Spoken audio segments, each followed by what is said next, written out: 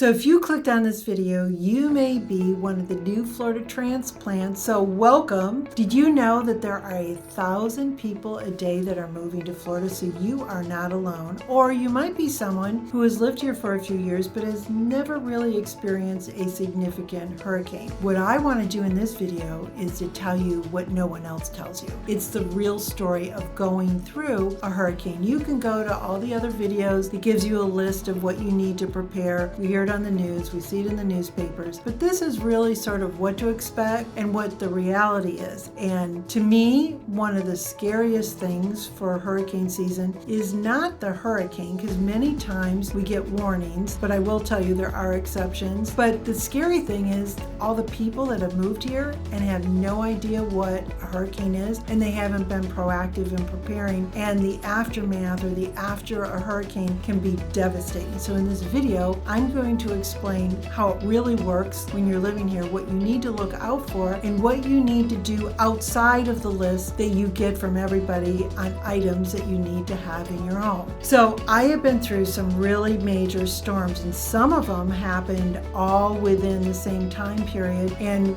where I live, which is on the southeast coast of Florida, we had 3 of the major storms hit where we were ground zero. And I will tell you that is quite an experience. So I want to tell you what it's really like and what to expect and what not to expect. And my husband went through Hurricane Andrew, which, as most of you know, was the worst hurricane to ever hit the United States. The one thing to keep in mind is that one storm can really change the face of an area for many, many years. So being prepared and what you do is going to be very important. I'm not here to predict the weather and, tell you that this is where it's going to be. You're just going to hear from me, who's gone through the storms that I mentioned. And the thing that you need to think about is the rule of thumb in preparing for a hurricane when you get that list of supplies is the fact that you should be able to sustain for about 5 days, you and your family. So you don't want to wait to the last minute to start getting ready, because the best thing to do is to do it ahead of time, especially with all of the supply chain issues of getting things. So hurricane season goes from June 1st to November 30th, but the most severe months are actually August and September. August not being as totally dangerous as September, but let me just give you some statistics. That 25% of the major landfalls of hurricanes are in August and 45% of them are in September. So even though we might have gone through,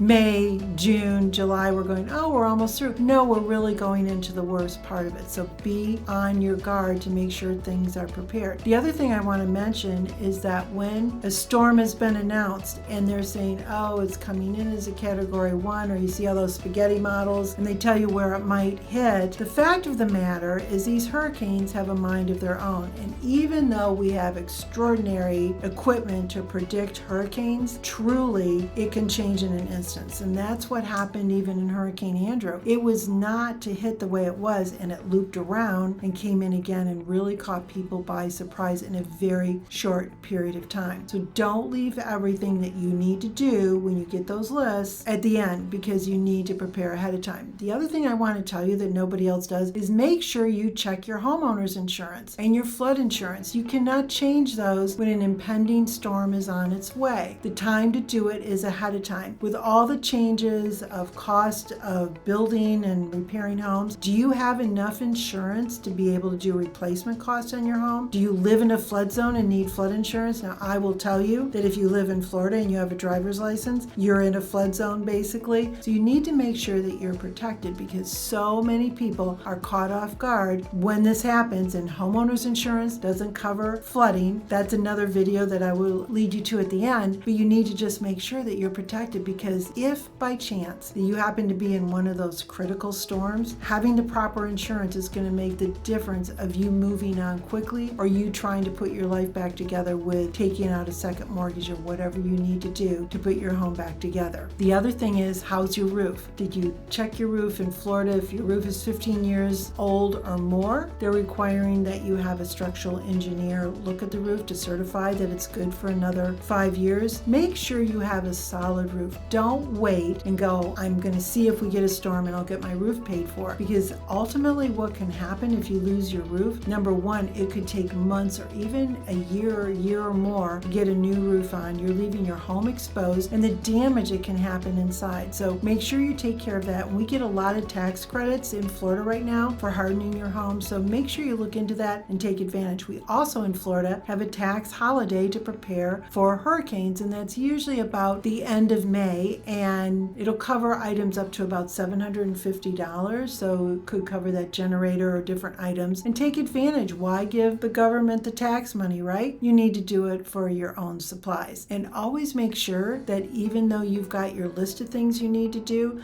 but things that are a little more difficult to get, like maybe medication or right now baby formula, have that on hand so that you are completely protected. If you happen to live in an area that might be a mandatory evacuation, get your plan, because if you need to get off, let's say a barrier island, which I live near, the traffic can be really horrendous. So you want to make sure you are out early, that you've got your plan and you know where you're going, and that you have a full tank of gas. Never let your gas tank get below a half a tank, even though I know it's a little expensive right now during hurricane season. You've got to have enough gas to get you out of the area where there could be a potential impact. So for the most part, most hurricanes are not the major ones, but even going through a minor one can be very scary if you have not prepared. So I encourage you to make sure you have all of that done. As I mentioned, your insurance, your roof, gasoline in your car. And now I want you to go to this video that can help you understand a little bit more of why it's important to have flood insurance. And until next time, see you later.